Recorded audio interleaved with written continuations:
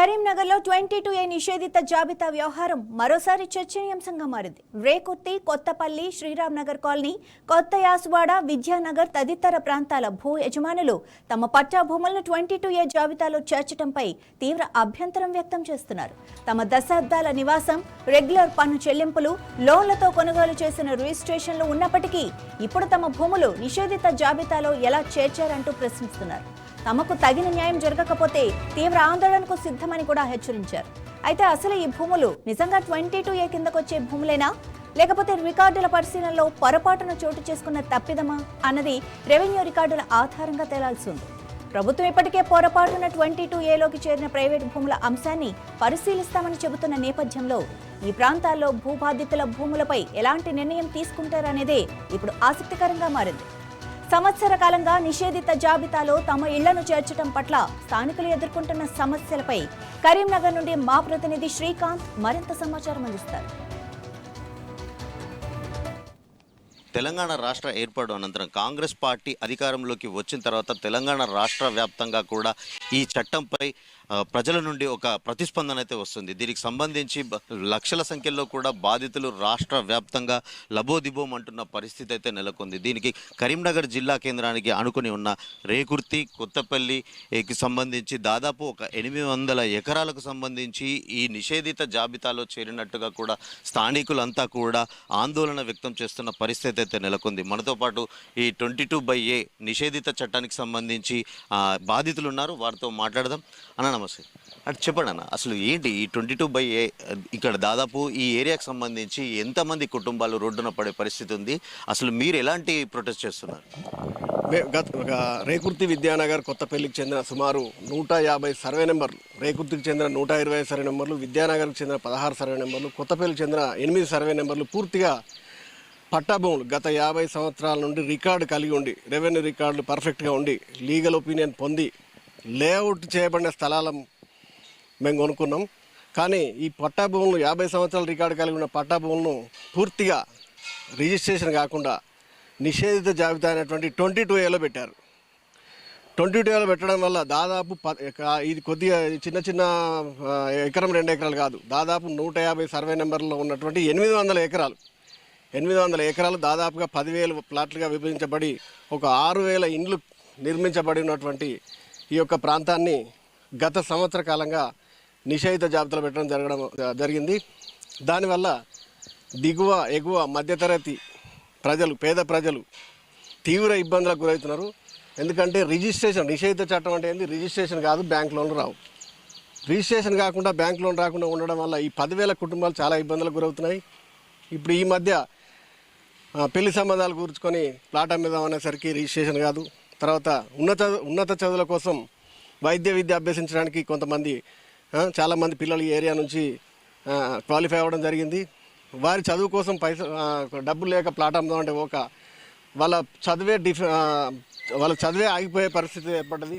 తర్వాత ఉన్నత విద్య కోసం విదేశాలకు వెళ్ళే వారికి వాళ్ళ బ్యాంకు షూరిటీగా వాళ్ళ ఇల్లు, ల్యాండ్ అడగడం జరుగుతుంది.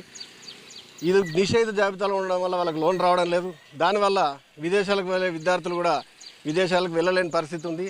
కాబట్టి దీన్ని ప్రభుత్వం సత్వరంగా, తొందరగా ఈ యొక్క నిషేధ జాబితా నుంచి మా యొక్క పట్టా భూములను తొలగించి మాకు న్యాయం చేయవలసిందిగా కోరుతున్నాము. రెవెన్యూ మంత్రి గారు ఈ మధ్య స్పందించి ఈ యొక్క అధికారుల తప్పిదం వల్ల ఈ యొక్క పొరపాటు జరిగింది, దానికి సారీ చెప్పడం జరిగింది. సరే, ఓకే, తప్పులు జరగడం సహజం. సాక్షాత్తు రెవెన్యూ మంత్రి గారే సారీ చెప్పారు. మరి దానికి సంబంధిత అధికారుల మీద చర్యలేవి ఇప్పటి వరకు రెవెన్యూ మంత్రి గారి నుంచి ఎలాంటి ఆదేశాలు రాలేదని అధికారులు చెప్తున్నారు. మీరు చెప్పండి అమ్మా, అసలు ఎప్పటి నుంచి ఇక్కడ నివసిస్తున్నారు మీరు? అంటే ఎంతమంది బాధితులు ఉన్నారు? ఇప్పుడు ఈ ఏరియాకి సంబంధించి మీరు ఎవరెవరిని కలిశారు? అంటే ఈ అంశానికి సంబంధించి అధికారుల దృష్టికి తీసుకెళ్లారా? వాళ్ళు ఏమంటున్నారు? మేము వచ్చి ఇక్కడ 20 సంవత్సరాల నుండి ఉంటున్నామండి. మేము రేకుర్తిలో ఇల్లు కట్టుకొని ఉన్నాము. ఇక్కడ విద్యానగర్లో 2 ప్లాట్లు కొనుక్కొని ఉన్నాము. మా పిల్లల హైయర్ స్టడీస్కి అయితే అని మేము కొనుక్కొని ఉన్నాం. అప్పుడు మాకు రిజిస్ట్రేషన్లు అయినాయి. ఇప్పుడు మేము వాళ్ళ హైయర్ స్టడీస్కి సేల్ చేద్దామంటే రిజిస్ట్రేషన్ కావట్లేదు. మరి ఏ గవర్నమెంట్ అయినా ట్యాక్స్లు పే చేస్తేనే కదా గవర్నమెంట్ రిజిస్ట్రేషన్ చేసేది. మరి ఇప్పుడు ఎందుకు మా అవసరం నిమిత్తం అమ్ముదామంటే రిజిస్ట్రేషన్ కావట్లేదు అంటే ఇట్లా ఎన్ని రోజులు గడుపుతారండి? ఇప్పుడు 10 నెలల నుండి 1 ఇయర్ నుండి మేము పిచ్చోళ్ళలాగా తిరుగుతున్నాము. కలెక్టర్ ఆఫీసుల చుట్టూ, మంత్రుల చుట్టూ తిరిగాము. బండి సంజయ్ సార్ కలిసాము, పొంగులేరు శ్రీనివాసరెడ్డి గారిని కలిసాము, పొన్నం ప్రభాకర్ సార్ని కలిసాము, గంగుల కమలాకర్ సార్ని కలిసాము.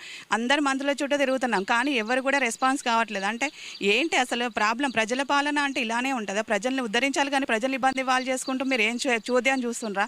అంటే ఎన్ని రోజులండి? ఇప్పుడు మొన్న కూడా పొంగులేరు శ్రీనివాసరెడ్డి గారు ఏం చెప్పారు? రిజిస్ట్రేషన్ చేస్తాం, 22/7 ఎత్తేస్తామని చెప్పారు. కానీ ఎక్కడదండి? ఇప్పుడు హైదరాబాద్ మీరు చెప్పింది, ఇక్కడదా? మా కరీంనగర్ గురించి అయితే ఏం మాట్లాడలేదు. మేము మీరు అన్న తర్వాత వెంటనే తెల్లవారి కలెక్టర్ ఆఫీస్లో అడిగితే మాకేం నోటీస్ రాలేదని చెప్పారు. మరి ఏంటి అసలు? అంటే మీరు ఏమంటున్నారు? జిహెచ్ఎంసీ ఎన్నికలు ఉన్నాయని హైదరాబాద్లో అవి మాట్లాడారా?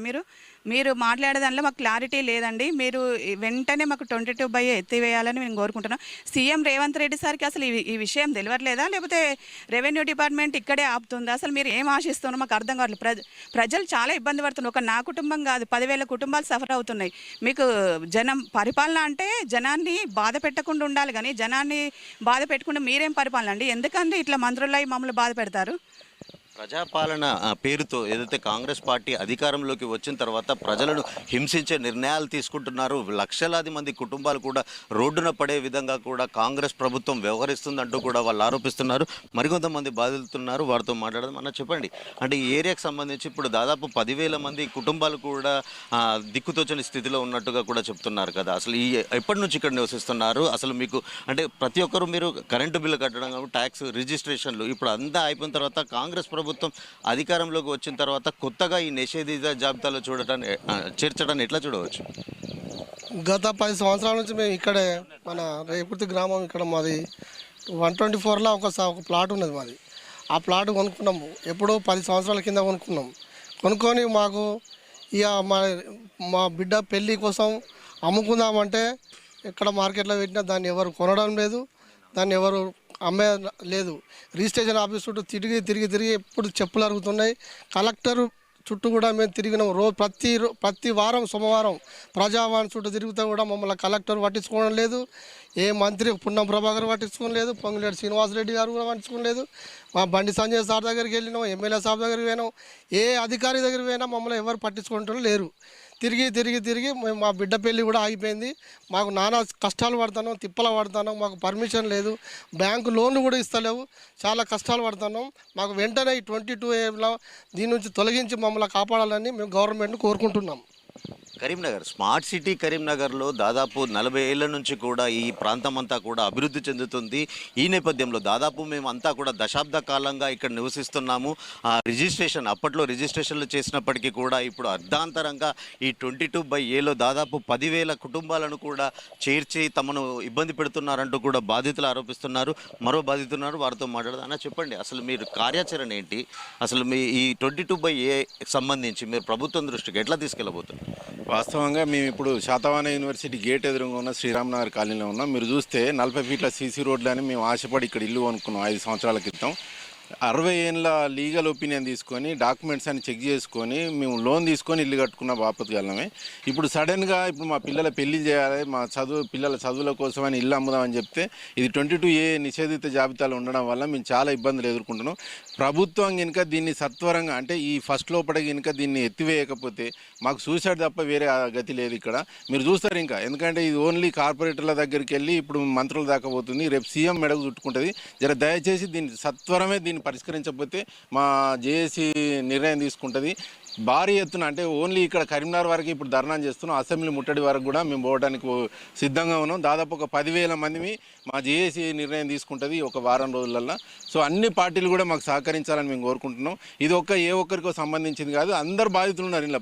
మన పార్టీల పరంగా చూసుకుంటే అన్ని పార్టీల వాళ్ళు కూడా దీనిలో ఉన్నారు. దయచేసి దీన్ని అందరూ కూడా ఏకకంఠంతో ఖండించి ప్రభుత్వం ఏదైతే ఓ నిర్ణయం తీసుకుందో దాన్ని వెనక్కి తీసుకొని మా అందరికీ న్యాయం చేయాలని కోరుకుంటున్నాం. మీరు ఇప్పుడు ప్రస్తుతం నా వెనుక చూడవచ్చు. ఈ ఏరియాకి సంబంధించి దశాబ్దాల కాలం క్రితం కూడా ఇక్కడ నిర్మాణాలు అయితే కొనసాగాయి.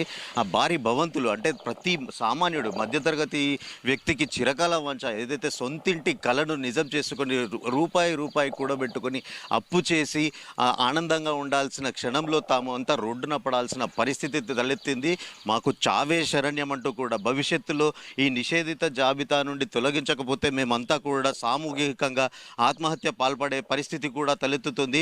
ముఖ్యమంత్రి రేవంత్ రెడ్డి తక్షణమే స్పందించి ఈ నిర్ణయం 22/A నిషేధిత జాబితా నుండి తొలగించాలి, దీనిపై పూర్తి సమగ్ర విచారణ జరిపించాలంటూ కూడా వాళ్ళంతా డిమాండ్ చేస్తున్నారు. కెమెరా పర్సన్ అరుణ్తో శ్రీకాంత్, 9+.